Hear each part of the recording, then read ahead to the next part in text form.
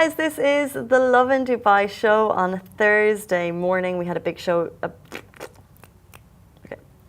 Hey guys, this is the Lovin Dubai show. It's Thursday morning. Thank you as always for tuning in. We spoke about specialised training for teachers this week. We also spoke about the RTA and a new bus service, the 200 million dirham mega bucks sale that just happened, and also how you can probably not afford this New Year's Eve deal, but we're going to tell you about it anyway.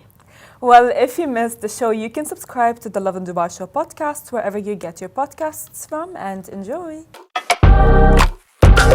Good morning, Dubai. Welcome back to the Lovin Dubai show, where we go through all of the trending stories that everyone across the country is talking about today. A new bus service is being launched. And as well, across Dubai, training has been announced for teachers. We are talking about another record-breaking mansion sold, this time in Dubai Hills, for the grand summary amount of 200 million dirham.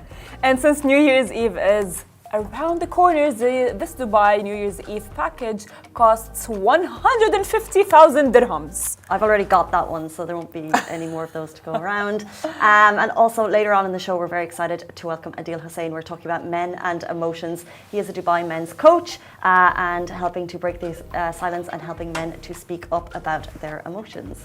And since the weather is getting beautiful in today's rapid weather report, it's highs of 25 degrees, partly cloudy with the sun expected to appear sometime in the mid-afternoon. I love the weather.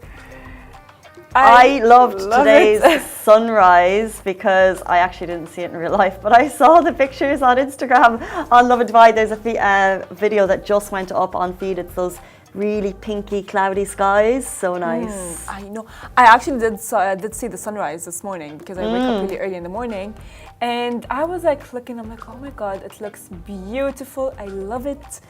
I'm a sunrise person, so it made my heart, I don't know, very warm. But stepping away from sunrise and sunset and all of these things, we have 12 days of Christmas. Yes, we do. And we are giving away tickets, merch, a lot of things that you guys would love, of course. And now if you would really want to win, what I'm doing is I'm posting a story every single day, and people are replying, and the best reply wins. Nice. So yesterday's question, now we know we have Secret Santa happening, right? And of course, you know, we all want something from Santa.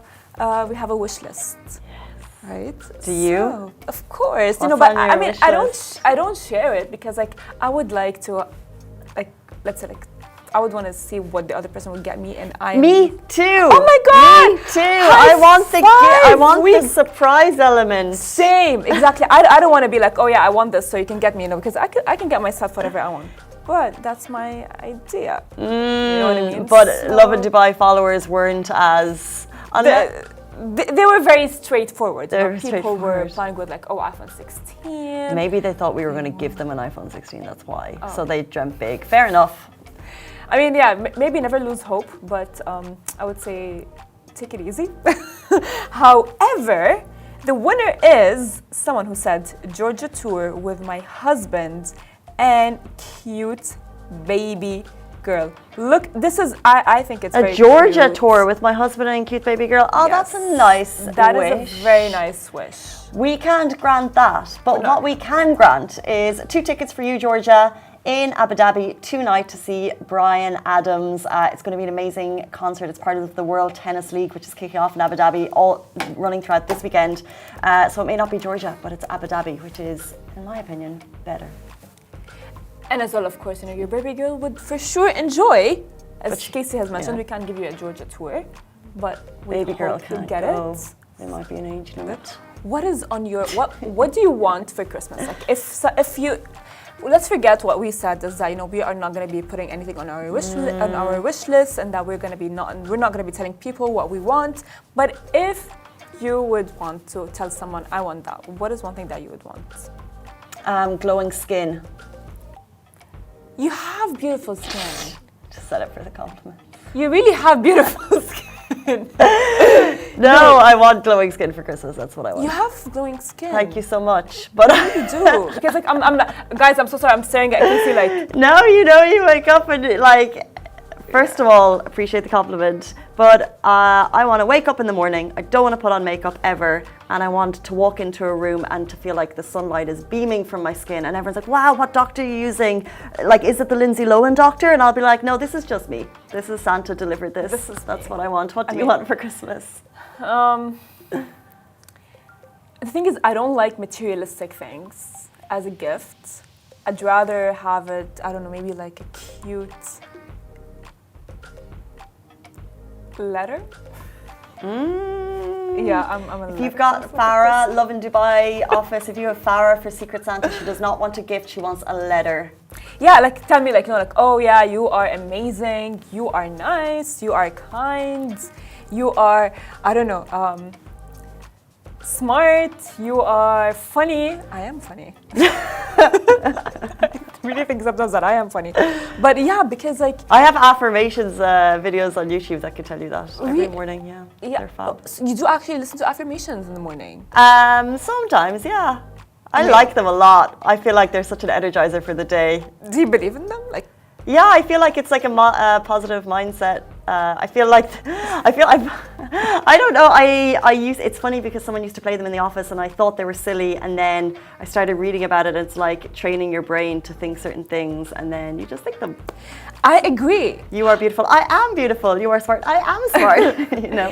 You are amazing. No, I am amazing. I think it's a brain training technique, and it's a nice way to start your day. It's like you are rewiring your brain to beliefs that you would want to believe about yourself. But I have this thing where like, it would work for like 5 minutes for me.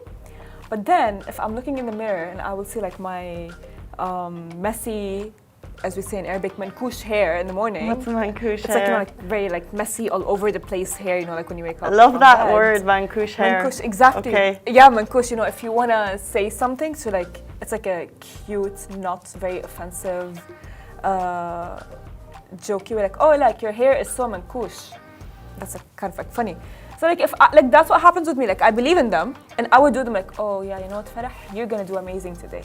And then I look in the mirror and I'll see like my mankush hair. I'll be like, okay, never mind. I go sit and do nothing. Okay, well, let's leave it at the letter. So for Farah and her positive brain training, 8:37 on December 19th. Let's jump into our top stories for today. Well, RTA launches bus ride sharing service across Dubai. RTA has launched a new bus ride sharing service using mini buses, and it's all about making travel faster, more flexible, and more affordable. So it's a new initiative, and it's in partnership with 3 public bus transport companies. It's a new service, and the aim, once again, is to reduce the number of private cars on the road, i.e. ease traffic and boost Dubai's sustainable transport network. Now, the ride-sharing service is already available in areas like Deira, Business Bay, Mirdif, and Dubai Festival City, with plans to expand to more locations across the city soon. Okay, so if you're interested in how this will work, you can book your ride through apps such as the CityLink Shuttle, Driven Bus, and Flux Daily. The service lets you choose single rides, or you can actually sign up for a weekly or monthly subscription. Fares will vary depending on the distance and demand, so it's super flexible for commuters. Ditch the car, get on these minibuses. They can carry between 13 and 30 passengers, making them a fab option if you want to avoid the roads, avoid the crowds on regular buses also, and not have a pesky car fee every month. Avoid paying petrol. I love that. Well, Ahmed Hashim Bahrouzen, the CEO of RTA Public Transport Agency, said this initiative is all about promoting public transport, reducing congestion, and supporting Dubai's commitment to sustainable mobility. It's in line with global trends, and we hope it helps make commuting a lot easier for everyone. Every day we sit here and we talk about these incremental little bits that the RTA is doing to get traffic off the roads, and this is another one. If you don't want a car, if you don't want the overheads, I'm so practical in my old age, but you also don't want to be on like a super busy bus, maybe the bus doesn't pass your route, this is another option. It's amazing. Now, funny thing, sometimes my evil side of my brain thinks in a way like, like if everyone uses the bus, I will be able to use my car in a traffic-free road Because I saw, so I'm going to be promoting it. I'll be like, yeah, please, guys, so use sit the here, bus. use this platform, guys. Get on the bus, save the world. Save me. So we can get in our Hummers and drive home. Yes. I mean, I would for sure like use the small buses for like long distances. Like if I am going from my house to, let's say, Jabal Ali, I wouldn't want to drive that long. I think it would be cheaper for me to use the bus. But you guys, I think everyone should use the bus. No, I think it's great, and I want to see more as it unfolds, and let's see if people start using it. I think these types of options really make sense if you live on a route. So if you check out CityLink, for example, and you happen to live next to a route, this could be a super convenient option for you, and more to come, hopefully. Speaking of upgrades in the city is what we're always discussing, something for teachers. Yes, well, there is a Specialized Training Week announced for teachers. Now, the Ministry of Education has kicked off Specialized Training Week, which is running from December 20, and it's all about getting over 24,000 educators ready for the second semester of 2024-2025 school year. If there's any teachers watching right now, it's maybe we'll get to this, but I'm not sure if it's for the public schools or the private schools in Dubai or both. But generally, teachers should already have gone on vacation.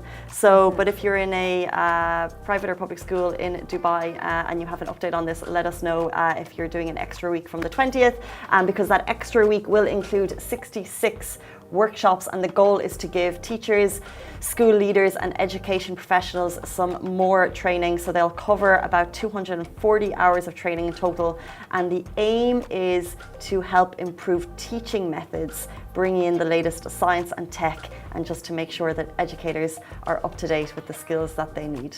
Well, these workshops are led by experts, and the whole idea is to boost performance in the classroom and improve education across the country. Now, Muhammad Al-Qasim, the Undersecretary of Ministry of Education, said that the whole point of Specialized Training Week is to help educators improve their teaching strategies, adopt new and innovative methods, and as well get comfortable with digital tools. He also mentioned that it's a chance for teachers and educators to share their ideas and experience with each other, which will help improve teaching in individual schools across the country. Well, they're making sure that the training is based on what teachers actually need.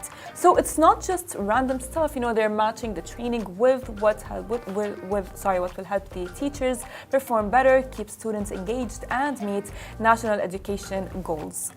The reason I asked that question as to whether it's the public or private schools is because I used to be a teacher, and I was hanging with my teacher friends last week, and they mentioned that they were leaving for their holidays last Friday, hence no traffic on the roads, and they didn't mention this training week.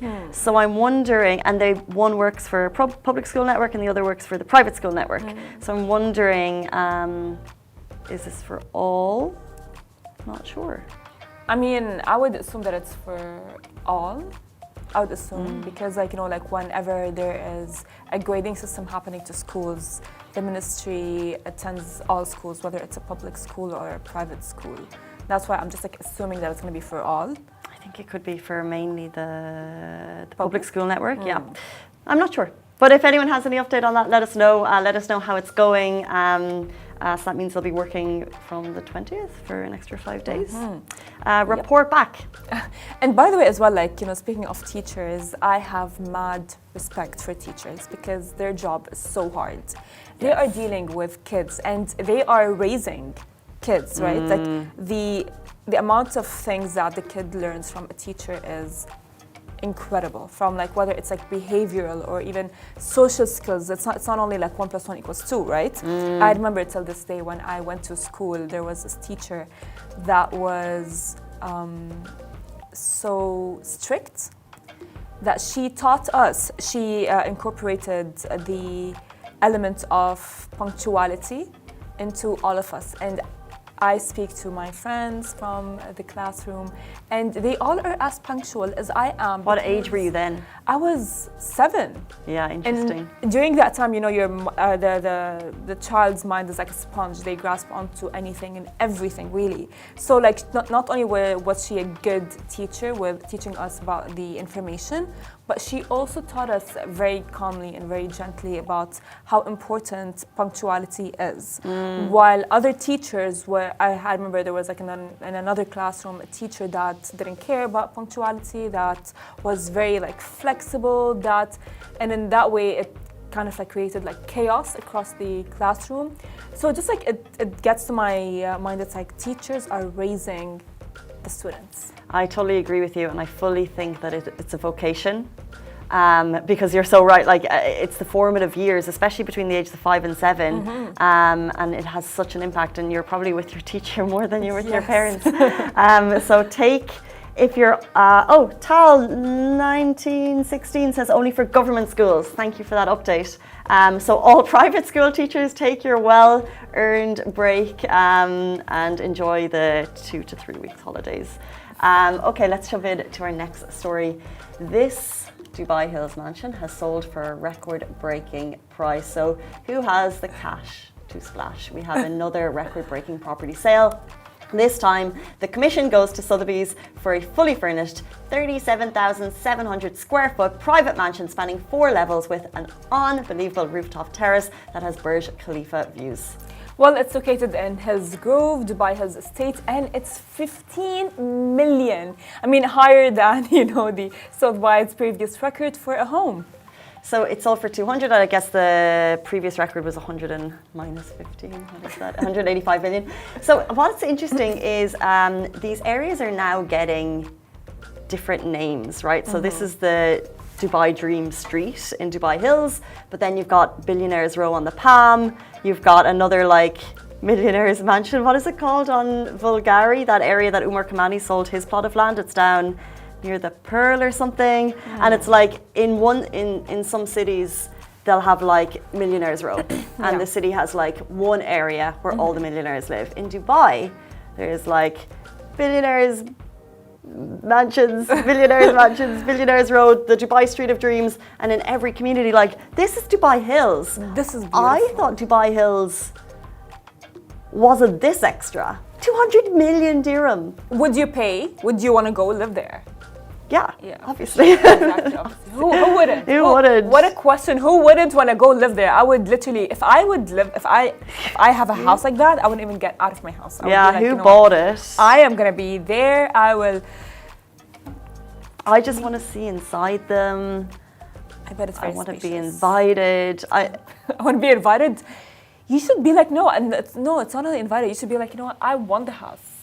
Yeah, true. Good point. Dream big. Yeah. We have what I think is interesting in Dubai is that it's very much an influencer city.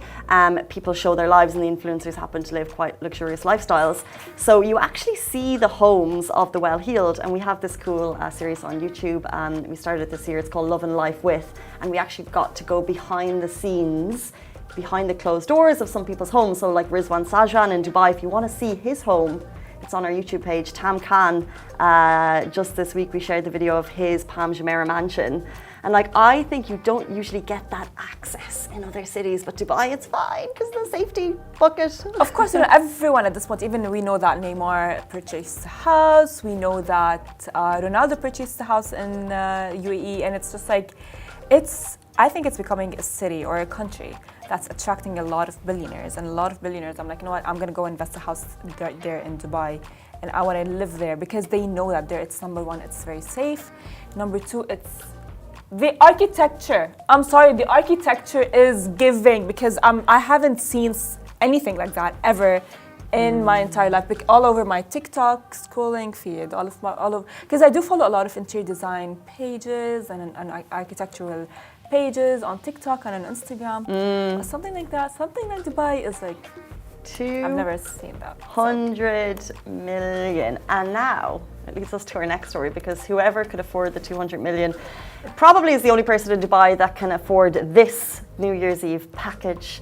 Every now and then we'll get a package that just goes up to a princely sum. This one is 150 1,000 dirham. They are calling it Dubai's most luxurious New Year's Eve. It's the presidential experience at the Sofitel obelisk, and it's a party for up to 40 people, and what you'll get is an exclusive private terrace, which basically means you'll have front row views for the Burj Khalifa fireworks, a bespoke menu, premium drinks, of course, cocktails, premium vintages and bubbly for toasting, your own private bartender and live entertainment, and it's happening at the Sofitel Dubai, the obelisk. 150,000 dirham per guest would be for 8, 12, 3.5, 4,000 something per person if they were to charge per person. If 40 friends got together, they would pay 3 to 4K ish. I mean, at this point, all I'm thinking right now, because like we just like talked about a very expensive mansion and now a very expensive New Year's Eve party, things. all I'm thinking of is, when am I going to become a millionaire and afford all of these things? But I would actually pay 4K. If you had 40 friends who could all afford 4K for the experience. I would. Yeah. I would do it, but at the same time, like, if we all collectively sit down together and plan New Year's Eve, like, hi guys, what do you want to do for New Year's Eve? And we go like, oh yeah, there's that place at Sofitel that we can all, if you pay 4,000 dirhams, we can all sit together and have the presidential experience, you know, and you can sell it like that to your friends. Yeah. The only thing, and you made this point yesterday, is like, it's not just 4K, by the way, because you need an outfit. Oh yeah. And you might get your hair done, and it's New Year's Eve, so you might even get your tan and your makeup. all of a sudden, your salary, your entire month's salary is gone. It's gone. On one evening. I'm not even joking. Like, I know. It's not affordable. It's not affordable. Look, it's not affordable for sure, you know. But I think in a way, like, New Year's Eve is a one night, right? And the way you enter New Year is the way that I take it this way, is the way that the next year is gonna be like that. Broke. I'm entering New Year's broke. No. I don't know that. I'm like literally, I'm just there like already planning everything in my head. Like, oh, I need my hair done. This is what I was saying. My dress. I need a dress. I didn't find a dress. I need shoes. And my mom's like, Farah, like, you're extra. I'm like, and it's right after Christmas, so it's like for me, I'm just broke with gifts. But there are sales right after Christmas, December 26th. Expect the malls to be hit hard. 8:52. Let's bring it back a little bit to real life. We're super excited to welcome our next guest. We're talking about men and their emotions, and the Dubai men's coach who's helping breaking the silence. He's going to be with us after this short break. Do stay tuned. Hey guys, and welcome back to the Lovin Dubai show. Today's guest is Adil Hussain, a men's coach who is passionate about guiding men to embrace emotional strength, open up about their feelings, and break down the barriers of traditional masculinity. We're excited to have the conversation. Welcome to the show. Thank you so much for being here. Thank you very much. Thank you for coming. Thank you so much for being here and actually talking about a topic that is very taboo. But my first question is, what is a men's coach and what is brotherhood? So one of the things that I work with men on is just helping them tap into this thing called healthy masculinity. Maybe you heard the word masculinity being thrown around. Usually the word toxic is in front of it, but I'm helping men understand who they really are and what they're really feeling, and to be more honest. I think that's really what my focus is, and also helping men get out of a tough place. A lot of guys are struggling within their mind and their hearts and not knowing how to really process their emotions, not knowing how to communicate what they are. Maybe you can relate to some guys in your life that struggle to open up. But Brotherhood UAE is a men's group. And the whole premise of Brotherhood UAE is to give men a safe space to speak up, to share their feelings and their emotions, and also make friends in the process. One of the main reasons why men join Brotherhood UAE is because they don't have any friends and they're lonely. You know, a lot of the guys are out here trying to find themselves or build a business or make it, and they struggle and they don't know how to talk about what they're going through, so they don't. We're not conditioned to speak up, right, as men, which is to keep things stuck right down, and that was me as well. So for many years I did keep things to myself, and I would explode in anger or frustration, and usually at those closest to me, my mum, my sister, until one day everything had to change back in London and I went for a really, really tough time. I don't know if I was depressed, but back then we didn't really talk about depression as much as we do now, but it was hard. I started working with a men's coach, I joined a men's circle, I started working with a therapist and just doing the work to understand why I felt the way that I felt and why I behaved the way that I behaved all those years. And then when I came out of that process, I realized that I just want to help men talk. And so when I came to Dubai, I started it. So January 2021 is when it began. Wow. Men's circles, it just seems rare.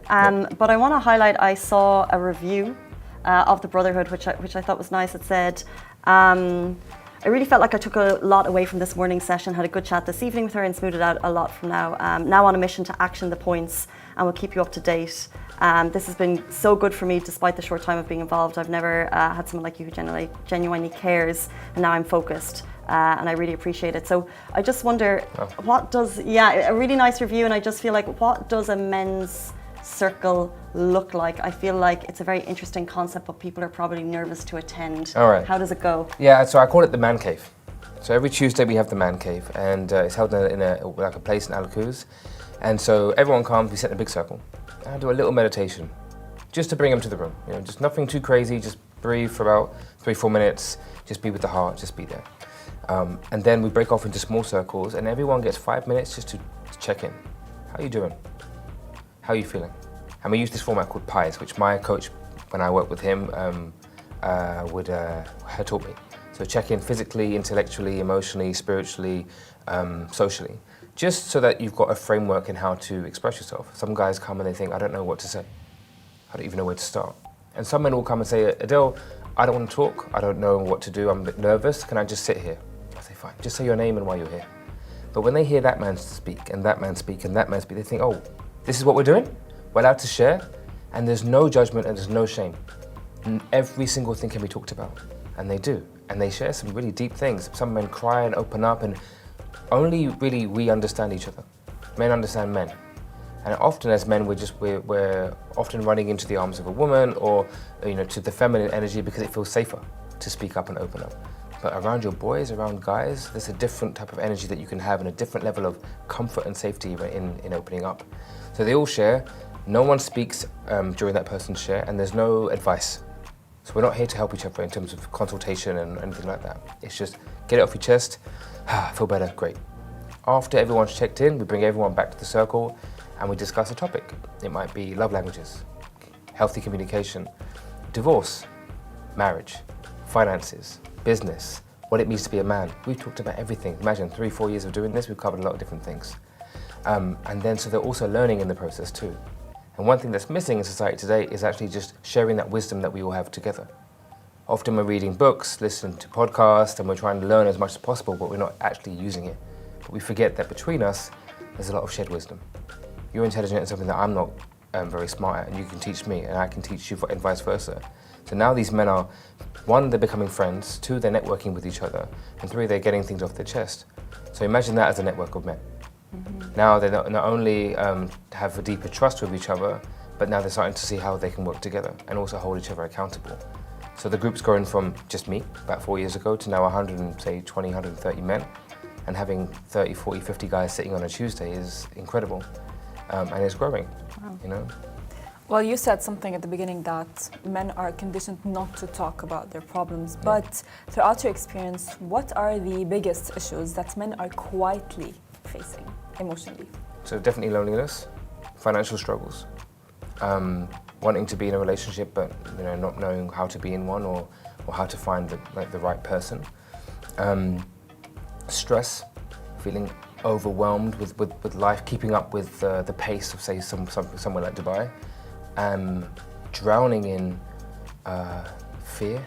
I've had moments where I was so scared, just being by myself in this city, not knowing where money was going to come from, how I'm going to survive or pay my rent.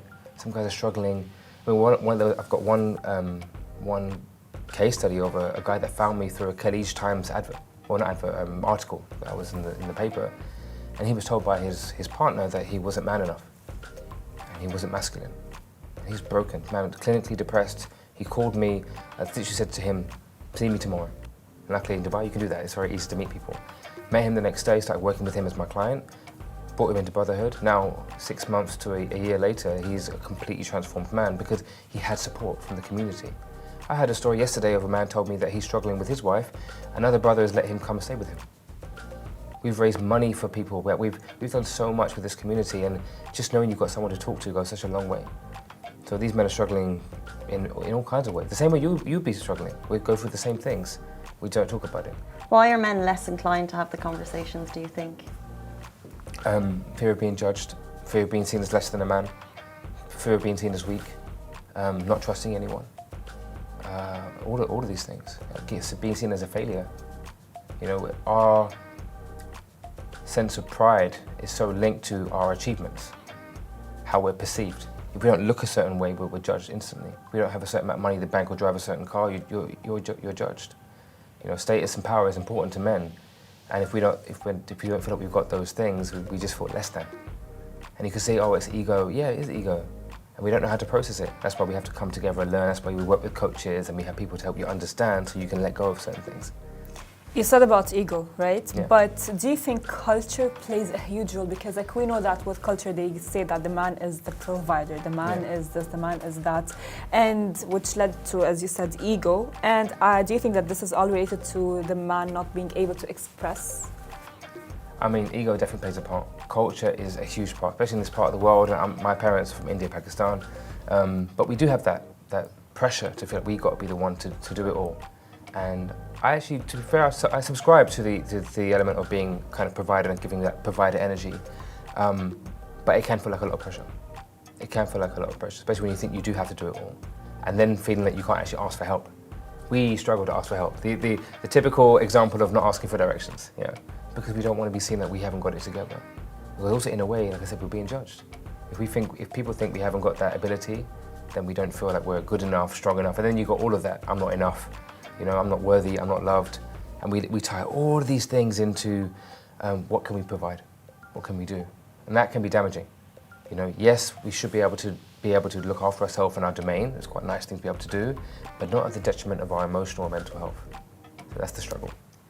Well, so if the Brotherhood is maybe a weekly or bi-weekly Weekly group that, you know, men can join, what is the next step just in terms of like, we're highlighting the problems that men may face, but do men have the same access to the support groups that we might have and not even know that we have? So like we'll have like a WhatsApp group, right? Yeah. And like I leave work and I'm like, blah, blah, blah, blah, you know what I mean? Or you have your sister, your mom.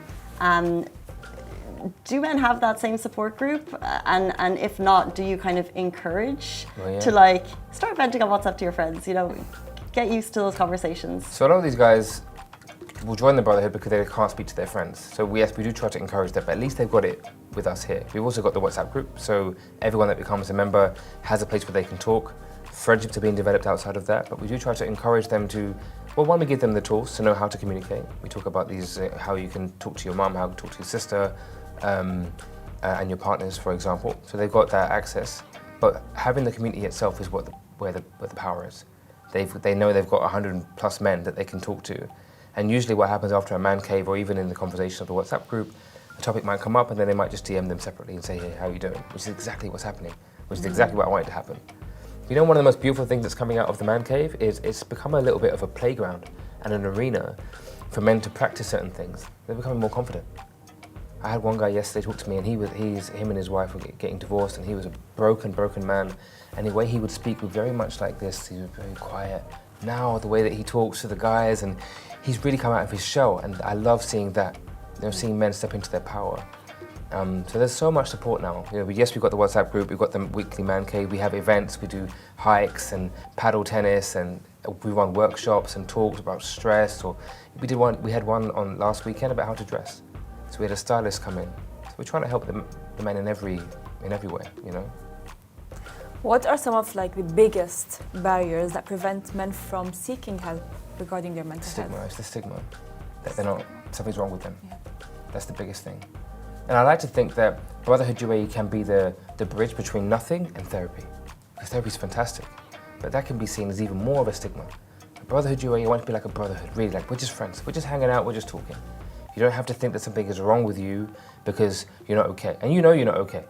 You know, if you're sitting in the car before you come home and you're just like, oh, or you don't want to go to work on a Monday morning, or you're feeling that dread, something's not quite right, or you can't sleep. Look for the signs, you know. How's your metabolism? Are you feeling down a lot? What's your energy levels like? Just because you're feeling these things doesn't mean something is inherently wrong, but you can't make a change. But we get so stuck in our comfort zone, or we think that there isn't a way out, that we just we feel like we'd rather just not do anything at all. But that stigma, we need to get rid of it now. And I think we are moving towards that direction of it being less of a problem. Many more people than I ever thought that I would ever see are in therapy or doing something with their life in that direction or seeking help. But we still got a long way to go. Seeking help is one thing. The self-care market is primarily focused at females, and I feel like self-care is something I can do on a Sunday evening or a Monday morning, but it's little things, but it's entirely focused at females. And I'm just wondering, what are ways that men could probably dip into self-care throughout their day without, I guess, compromising their masculinity? No, I mean, compromising masculinity. But look, just taking some time out, just to for those that pray, for example, for the Muslims that are watching, or anyone that prays, really engaging with your prayer. That's one thing, and treating it like a meditation, or taking time out to take 4 or 5 minutes to sit and breathe and do that, go for a walk. We had Manny on the show, what was it, about a year ago, talked about grounding, putting your feet on the floor. Very, very important, going getting into nature, playing some sports, just doing things that allow your nervous system to relax, you know, without going to things like Netflix and binging on things that distract you. How can you bring yourself back to yourself? Journaling is another example. Journaling and meditation saved my life, hands down. It just allowed me to get what was going on in my mind onto paper, and I could look at it and think, oh, it's not that big a deal. Or I can just close the book and put it away. Or it allowed me to actually analyze it more logically and actually deal with some of the problems. But getting out to nature, I'd say, is one of the things we can definitely do more of. But having some boy time, like having some guy time, is very important for us, where we can just be comfortable, be safe, and just say whatever we want and just enjoy each other's company. I think it's such an underrated thing, you know, but again, with the paraphernalia of distraction, you know, not necessarily going out to a brunch where you lose yourself, but again, always coming back to you, being present. And sometimes we can go through life and we're going through the motions. We don't know how we December. We don't want to live like that. We want to enjoy as much as we can every single day. And rather than seeking and chasing happiness, we're living for today. I think if we can take more time to live for today and slow down, I think that's the greatest self-care that we could ever do. Has there been any negative backlash for having men's group, men's caves, something that just promotes solely men's visions, I guess? No, it's been applauded, and even I have a lot of female followers that are huge advocates of what it is that we do. We have a partnership with a women's group called Women Who Thrive, and every month we bring the men and the women together, and we talk about topics that we should be talking about between men and women. So no, honestly, it's been honestly amazing. We're doing really well. We're growing, and I'm really happy to be here because more people need to know about what it is that we're doing, and I hope that eventually we'll be also in Abu Dhabi. And we'll hit the other Emirates as well. For now, it's just Dubai. That is beautiful, but you know, we know that to anyone who is struggling with mental health, the first hard thing is realizing it and acknowledging it. So if there's a man that is struggling, to acknowledge that he is struggling and he needs help, what is one advice that you would give them? Write it down, first of all. Just try to write down what it is that you're feeling, even if I don't know, I'm uncomfortable, or I can't sleep, or I'm feeling stressed. Just to connect with that feeling, first of all. Don't try to shove it down and get rid of it. Just allow yourself to feel it, and see if you can connect with at least one person about what it is that you're going through. But that is the first part. At least allow yourself to feel it, because accepting it is quite hard. Accepting that you feel something is challenging. Think about one of the feelings that we try to remove as quickly as possible is anger. We get triggered so hard and we can stay in that place. How about just allow yourself to be angry? Let it process, but just being angry is one thing, but then being aggressive is the next thing. So we can avoid that part, but allowing yourself to feel the emotion is very, very important. And then once you can start to talk about it with someone that you're close with, or if you haven't, then you've got Brotherhood UAE, come and speak to us. But then we can help you with the tools to move forward. But feeling it is the most important thing. Having an outlet, you know, the gym is a great way of just getting rid of some tension. Journaling is another way, breathing through it is another way. And these things might seem like maybe there's a barrier, but you have to start somewhere. And so there has to also be an element of, do you want to stay how you are, or do you want to make a change? And so even with my coaching clients, I say, I can only work with you if you want to make a difference. There's no magic pill here. This could be 6 months to a year that we're working together. If you want it, I'm here. So I want you guys to want it, you know? You have to start somewhere. A support group in Dubai doing amazing things for men's mental health in the UAE. Some of the tools may sound simple, but so important for people to be aware of them. If people watching the show today would like to join the next Man's Cave, how can they do that? So brotherhooduae.com, or find me on Instagram, either Adil Coaches Men or Brotherhood UAE. And that's it. And we'll have you in. You can join for free for the first time. Just come and check us out. Just get in and just experience it. I know you might be a little bit nervous, a little bit scared, but I promise that it will exceed your expectations. Adil, thank you so much for the chat this morning. Really appreciate your time. Thank you, Farah. Thank you, Casey. And that brings us to the end of the Lovin Dubai show this morning. We're back here with you tomorrow morning, same time, same place. Have a beautiful day. Bye-bye.